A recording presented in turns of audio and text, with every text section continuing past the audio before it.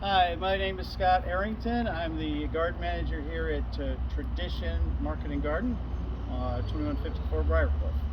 And today I'm going to talk to you about garlic. We planted this garlic. I've always planted garlic anywhere from October to get it in before Thanksgiving. This is a 4 foot by 9 foot bed we sell here at Tradition. And I planted it with, let's see, 1, 2, 3, 4, 5 rows of garlic. 1, 2, 3, 4, 5. Yeah, 5 rows of garlic. And they're 6 inches between plants and 9 inches between rows, which, you know, seemed like I want to get at least 6 inches between plants. And I just sort of figured out the 9 inches. But you can usually go 6 and 6. When you get those big wide row spacings, that's for tractor farmers. You can plant them close to that when you're doing bed farming like we are, small bed farming like we are. So I could have done 6 by 6, but 6 by 9 seemed to fit a little better.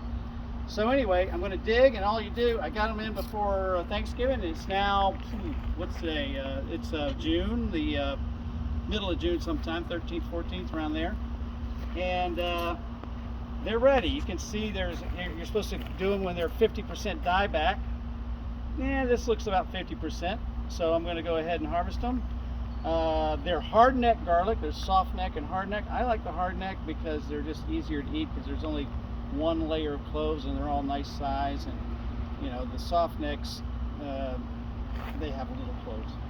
So anyway, all you do is get your digging fork. You could pull them out, but you might break them. So you get a digging fork, loosen the soil underneath them, boom, like that. And you could go all the way down this line. I'm just going to do the first 3 here just to show you for the video. Nice soft, highly carbonized soil here. We have it Tradition, so it's easy to stick your fork in. And then all you do is once it's loose, you just pull them like that, nice and easy. Shake off the dirt. And you don't really want to leave the skins on. That's kind of what helps them to store easy. You just kind of brush them dry and shake all that dirt off the roots. And now there's a garlic. So I will, pull another one. See if maybe I get a little bigger one. It's like a big treasure hunt. Maybe you get a bigger one this time. Shake it off. I'll leave the dirt on. I want to get to the skin on. There you go. 2 nice sized garlics. Been in there since Thanksgiving, and we'll pause here and I'll cut. We'll go over to and how we bind them up, and we got to cure these to make them last longer. Okay. Hey, this is Scott again. We're picking up where I left off. We're over here at the bench, and we're gonna string these garlic together and hang them up so they cure. We'll get to that later. That'll be our third part. Anyway, just get some old sisal twine, which we carry here at Tradition. Get about, an arm span of it. You want to be short. And then take it, and all I do, pretty simple, is tie a square knot. I usually take 7, about the same size. I got some runts over here that I put together. But I try to sort of grade them by size and put like ones to like sizes together. And there's 4, 5, 6, 7. And you see, again, if I didn't mention it over there, you got about a 50% dieback on the leaves. That's a kind of an indication they're ready to pick. And then you can do a few to see if they're ready. And these are ready. I mean, they're ready. The outer skin's a little wet, but we're going to cure them, and that'll crisp them up, dry them out. So anyway, you take these, got 7 of them. You don't want to get too many together because you want to get a good air circulation when you're curing. So you don't want to just mound them together. You could, but it's not advisable. And you put them, you kind of equal space them down here, and then you take and just do a square knot around the sort of close to the bulb, and we'll do a square knot. Don't know what a square knot is, Google it. And I always get mixed up with square knots. Okay, there's a square knot. The reason you do square knots because they're easy to undo. granny knots, which is the opposite of a square knot. Get tight and you can hardly undo them. Okay, you got a square knot there, sorry. And then I put a couple of clove hitches in here going up the stalks, kind of bind them together. Pull that tight. Another one, the second one even further up.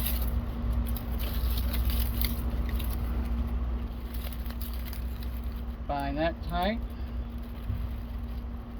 And I didn't leave myself much to hang it with, but it'll have to do. Okay, there you go. Now you're ready to hang them up.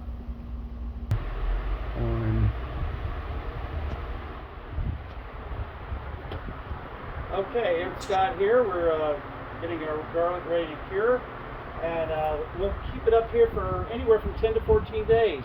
And you want to put it in a shady spot. Don't want it too hot. You want to hang them up. That helps the sap go down into the bulb. That makes them more flavorful, and they'll store longer. And it crisps up the skin, so they'll store longer. You don't want these kind of wet and kind of dried out. And then we'll pretty them up. That'll be another video. We'll pretty them up after they're dry. Okay. And so all you do, you can see I just hung a T-post with the little knobs here, so it doesn't slide. I tried it with wire one year, stringing some wire, but the wire tends to sag, and then all the hanging bulbs want to kind of bunch together in the bottom of the sag. So if you can get something hard and straight, it's a little better because there's no sagging and they'll stay separated. You want to get about an inch or two between. That's all you need. You just want good air circulation, and then you just tie it up here like that. Oops, I'm giving myself much of a tail here.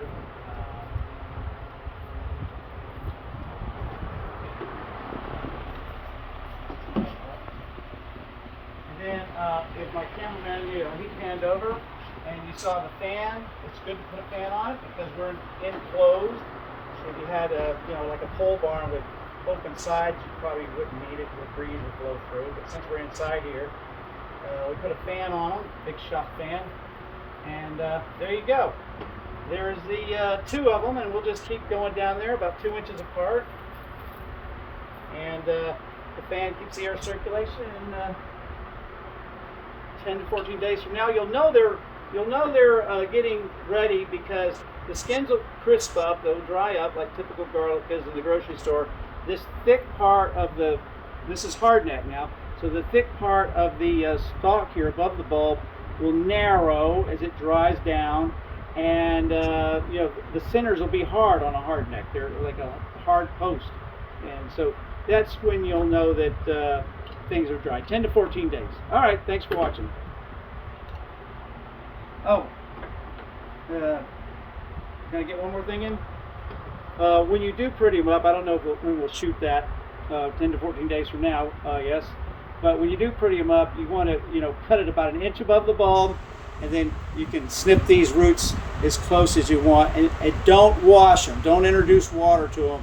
Just brush them off with a soft brush, the dirt off.